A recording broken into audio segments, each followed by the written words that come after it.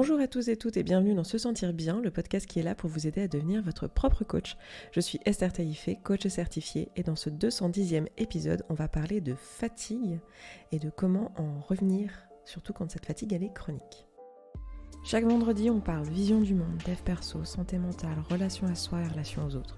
Je vous partage ici mes idées, mes apprentissages, mes outils, avec pragmatisme, vulnérabilité et transparence. Bienvenue et abonne-toi pour ne rater aucun épisode.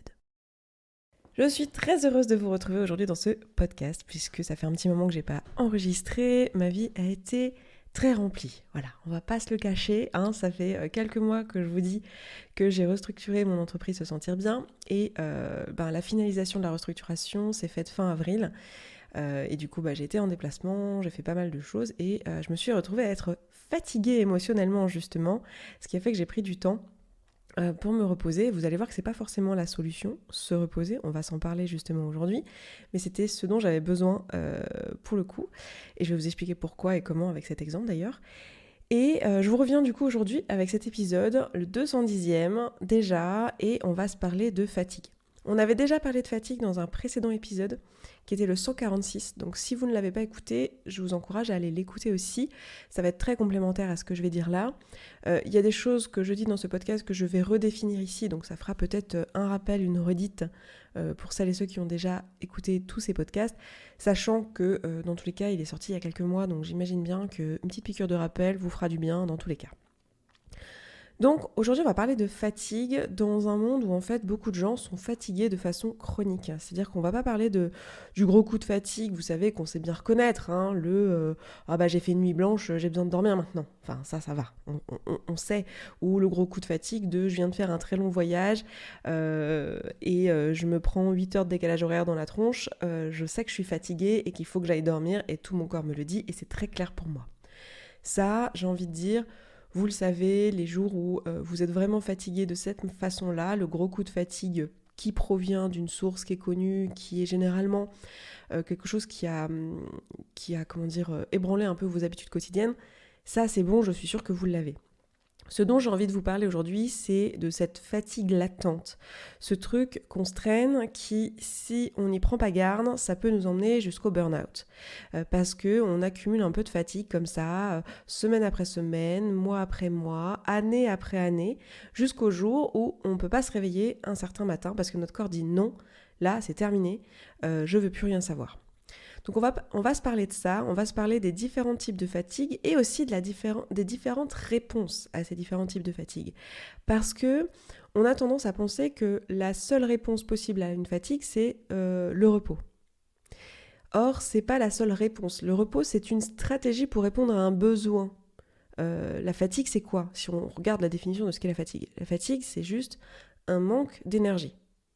La fatigue, c'est les batteries à plat. Okay, il existe même différents types de fatigue en fonction de si on parle du mental qui est à plat, de l'émotionnel qui est à plat ou du physique qui est à plat. Mais dans les trois cas, c'est un manque d'énergie. Ce manque d'énergie, on peut y répondre comment ?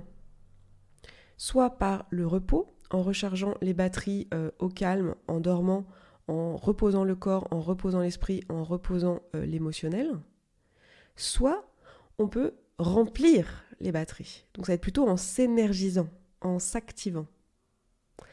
Avant de rentrer dans les détails là-dedans, je vais déjà vous définir qu'est-ce que j'entends par fatigue physique, mentale et émotionnelle et comment on les reconnaît. Alors, la fatigue mentale, c'est cette fatigue que vous avez très généralement en fin de journée à force d'avoir pris des décisions, d'avoir traité de l'information, d'avoir consommé des idées, des informations, des discussions, voilà. En général, en fin de journée de travail, on a entre autres une fatigue mentale.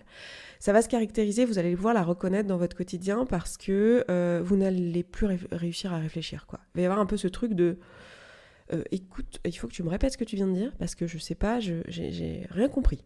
J'ai rien compris, redis-moi. Ou alors, vous êtes en train de lire un truc qui d'habitude vous pose pas du tout de problème et là vous voyez que votre esprit bloque, quoi, genre vous êtes là, attends, j'ai rien compris à ce texte, ça fait 3 fois que je relis la ligne, qu'est-ce qui se passe ? Ou alors vous essayez de formuler une idée à l'oral et vous perdez, vous perdez le fil, quoi. Vous vous dites, oh là là, j'arrive pas à formuler. Alors que d'habitude, c'est facile pour vous. Hein. Mettons que d'habitude, c'est facile pour vous, que vous êtes extraverti. Et là, vous dites, mais attends, j'arrive plus, je sais plus ce que je disais. Je disais quoi déjà? On parlait de quoi? C'était quoi la question? Et je parle pas de ça vous arrive de temps en temps, comme nous tous, hein, ces symptômes-là, ça nous arrive tous à un moment donné dans nos vies, sans qu'on soit particulièrement fatigué, c'est juste le cerveau qui n'est pas infaillible, même quand on est bien reposé, même quand on est bien énergisé. Mais là, vous remarquez que ça vous arrive plus souvent que d'habitude, et que vraiment c'est parlant. Typiquement en fin de journée, vous dites, bon écoutez les gars, on arrête la réunion, là on est tous cramés, il n'y a rien de bon qui va sortir de cette discussion, personne ne fait sens, donc arrêtons-la et stoppons la réunion. Et là on voit bien d'ailleurs, typiquement dans ce genre de problématique, que la problématique c'est pas que tout le monde a sommeil, c'est pas qu'il faut aller faire une sieste en salle de pause, parce que 2 secondes après, quand on est tous en train de prendre le café en salle de pause, ça fuse les blagues et on rigole et machin, et tout le monde a des idées, et là tout de suite ça marche bien. C'est parce que la fatigue, ici, elle était non seulement mentale, mais la réponse à cette fatigue n'était pas du repos. On s'en parle juste après. Deuxième type de fatigue, c'est la fatigue physique. C'est probablement celle qui est la plus facile à reconnaître. Parce que dès tout petit, on l'a reconnue, en fait, cette fatigue c'est le corps qui parle. Là, pour le coup, j'ai souvent sommeil. C'est le corps qui me dit picote, vous allez avoir des picotements dans les jambes, vous allez avoir les paupières lourdes, vous allez avoir souvent des maux de tête. Ceci dit, tout ce qui est maux de tête, etc., ça peut aussi être un signe de fatigue mentale et émotionnelle, mais c'est souvent un signe de fatigue physique. Les yeux qui picotent, les yeux qui sont secs, des fois ça va être des symptômes du genre mal au ventre, mal à l'estomac, tête qui tourne, ce genre de choses-là. Donc là, ça va être le corps qui va être en manque d'énergie. C'est le corps qui est fatigué. Les jambes lourdes aussi. Le corps qui fait mal de manière générale, c'est un corps en manque d'énergie. Et ça, ça va souvent arriver après une journée. Si vous avez un travail qui vous demande de beaucoup rester debout, qui est pas mal physique, où vous allez porter des choses, ce genre de choses, vous allez souvent finir votre journée avec de la fatigue physique. Si vous êtes auprès des enfants aussi, que vous avez dû courir partout et être à leur rythme, vous allez souvent avoir aussi de la fatigue physique. Voilà, typiquement. Ou après une journée où vous avez sollicité votre corps, une journée de rando, on l'a tous fait, une journée à vadrouiller alors que vous êtes en vacances et vous marchez toute la journée dans une ville pour faire des visites, aller au musée, monter les marches pour aller voir je sais pas quelle vue qu'il y a à voir par-dessus la ville. À la fin de la journée, vous avez mal aux jambes, vous avez mal aux orteils, vous avez envie de vous étirer, vous ressentez... Ça, c'est un bon signe aussi. L'envie de s'étirer, le besoin de se mettre la main derrière la nuque, ce genre de choses. Vous voyez pas, là, je fais le geste, mais voilà, ça, c'est des signes de fatigue physique. Et le dernier type de fatigue, c'est la fatigue émotionnelle. La fatigue émotionnelle, elle se caractérise par cette espèce de sensation de débordement. Vous savez, ce moment où vous avez l'impression qu'un rien va vous faire déborder, partir en crise de larmes ou en crise de colère, quoi. Ou en crise d'angoisse. Vous savez, ce truc de... Vraiment, là, je sens que je suis à un fil. Genre, on pourrait me dire n'importe quoi. Ça me ferait déborder, même si d'ordinaire, je le prendrais pas particulièrement mal ou... Je le vivrais même plutôt bien qu'on me parle de ça, qu'on me remette en question sur ce sujet-là. Enfin, c'est plutôt un truc ok pour moi. Mais là, je sens que je suis à ça, quoi. Genre si un collègue de plus me demande un truc, ou s'il y en a un qui a le malheur de m'interrompre ou de me bousculer dans le métro, ou s'il y en a un qui a le malheur de me faire une queue de poisson sur la route, ou s'il y a un des enfants ce soir qui a le malheur de me faire une demande et de parler trop fort et de me crier dans les oreilles, je vais péter mon câble. Voilà. Vous l'avez ce sentiment-là, ce truc de débordement ?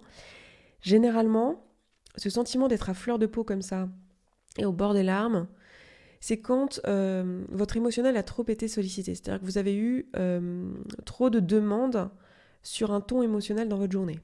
Que ça soit de votre part ou de la part de vos proches. C'est-à-dire qu'on attend de vous que vous soyez en soutien.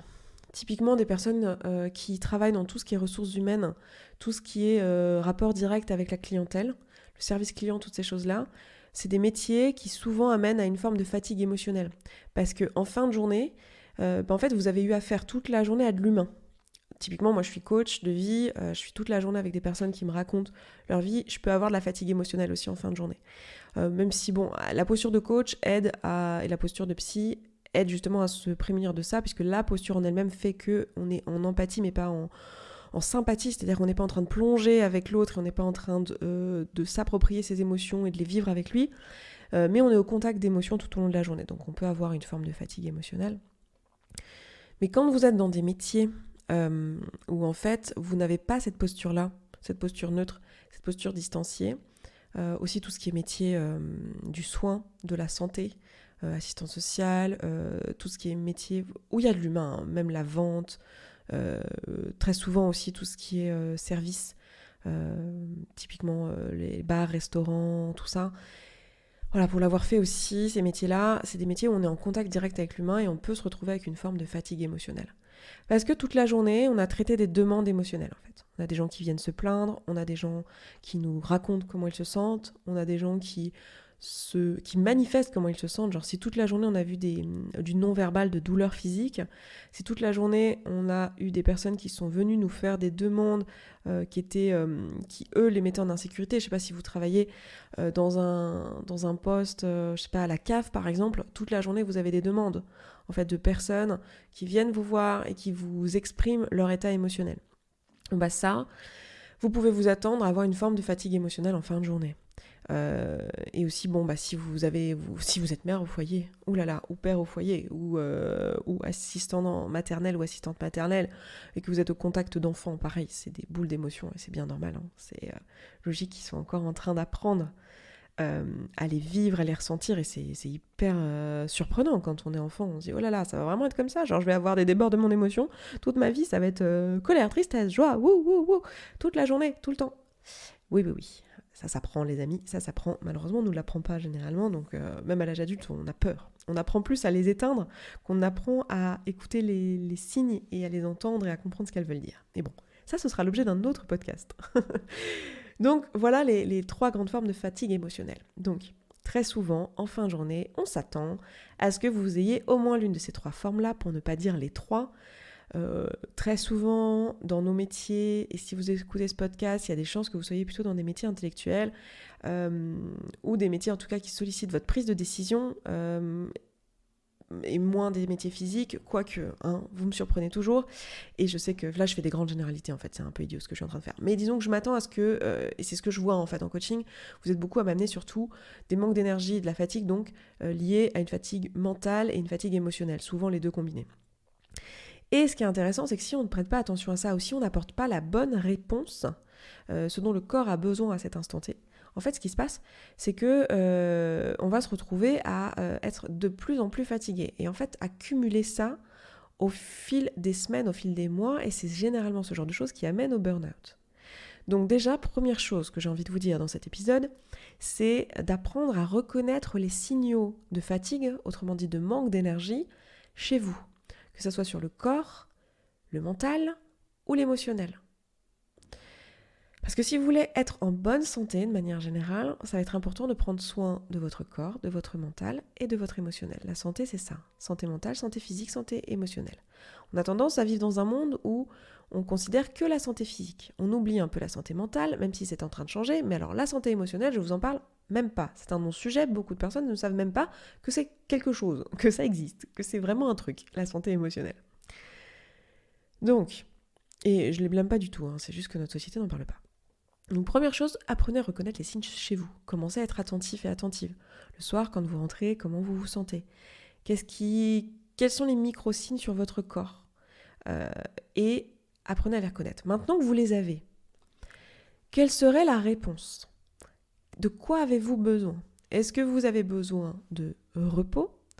Comment vous allez en fait recharger les batteries, autrement dit ? Est-ce que vous avez besoin de repos ? Est-ce que vous avez au contraire besoin d'énergisation ? Une des réponses à ça, si vous êtes sur de la santé mentale et de la santé émotionnelle, donc autrement dit la fatigue mentale et la fatigue émotionnelle, posez-vous la question de si vous êtes plutôt introverti ou extraverti. Et surtout cette journée, est-ce que vous avez été plutôt extraverti ou introverti ? Parce que vous pouvez avoir une préférence pour l'extraversion, mais avoir fait un boulot d'introverti toute la journée. Vous pouvez avoir une préférence pour l'extraversion et avoir fait un boulot d'introverti, et inversement. Mince, je suis en train de dire 2 fois la même chose. Vous pouvez être introverti, avoir fait un boulot d'extraverti toute la journée et donc avoir besoin de retourner dans votre introversion. Donc posez-vous la question. D'ailleurs, ça me fait penser que si vous n'êtes pas familière avec ces notions-là, On en parle dans tout ce qui est question de MBTI. Vous savez que je vous l'ai sûrement dit, mais récemment je me suis fait certifier au MBTI, le Myers-Briggs Type Indicator, qui est une grille de lecture des fonctions cognitives, donc du fonctionnement de votre cognition, et justement qu'est-ce qui va être vos modes de fonctionnement. Si vous avez envie de vous typer avec moi, que vous voulez apprendre cet outil, comment l'utiliser, à quoi il va vous servir dans votre quotidien, typiquement dans cet exercice-là, dans ce que je vous propose aujourd'hui, c'est typiquement une application possible du MBTI. Si c'est un truc qui vous intéresse, je fais un atelier en physique et un atelier en ligne prochainement. Et j'en ferai certainement d'autres à l'avenir. Pour l'instant, j'ai pas les dates. Mais si vous voulez vous inscrire, je vous laisse aller sur mon site sesentirbien.coach/événement.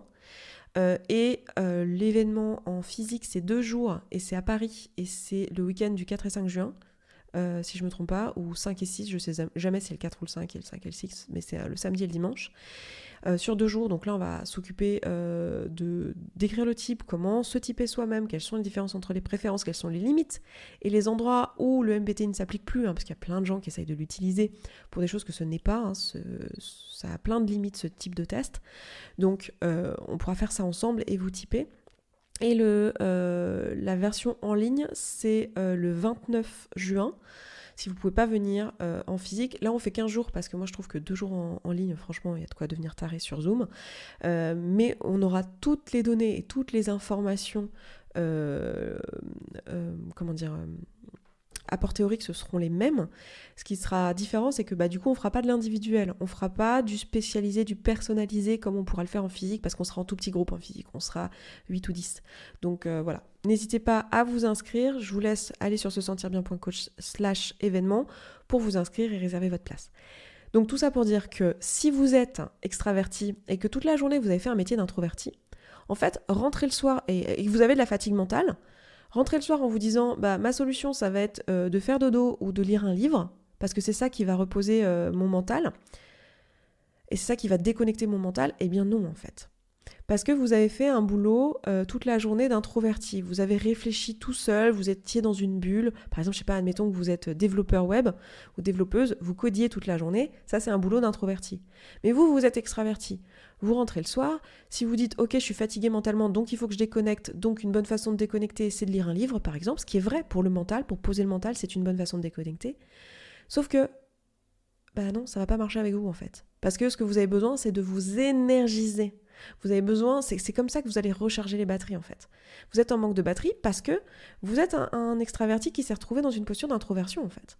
Donc pour recharger les batteries, vous allez au contraire avoir besoin du contact des autres. Donc là, c'est à vous de réfléchir de quelle manière ça va être. Peut-être que ça va être en allant faire du sport parce que à la salle de sport, vous avez vos potes et que ça va être un cours collectif. À l'inverse, pour certaines personnes, la salle de sport, c'est un endroit d'introversion, donc c'est peut-être pas la bonne réponse pour vous ou la bonne façon, ça va dépendre des fois. Il y a des gens pour qui, au contraire, si vous avez une journée pleine d'extraversion, vous êtes introverti, vous avez besoin d'un moment à vous, peut-être que justement le sport, ça va être ce qui va vous mettre dans votre bulle. Mais là, il n'y a pas de réponse miracle en fait, c'est à vous de vous demander, de vous poser les questions dans l'ordre. Quel est mon type de fatigue ? De quel type d'énergie j'ai besoin ? Est-ce que j'ai besoin d'une énergie qui va me faire bouger, qui va me réénergiser, autrement dit un truc qui va me monter en énergie, ou est-ce que j'ai besoin au contraire de faire pause pour que mes batteries se rechargent toutes seules en fait ?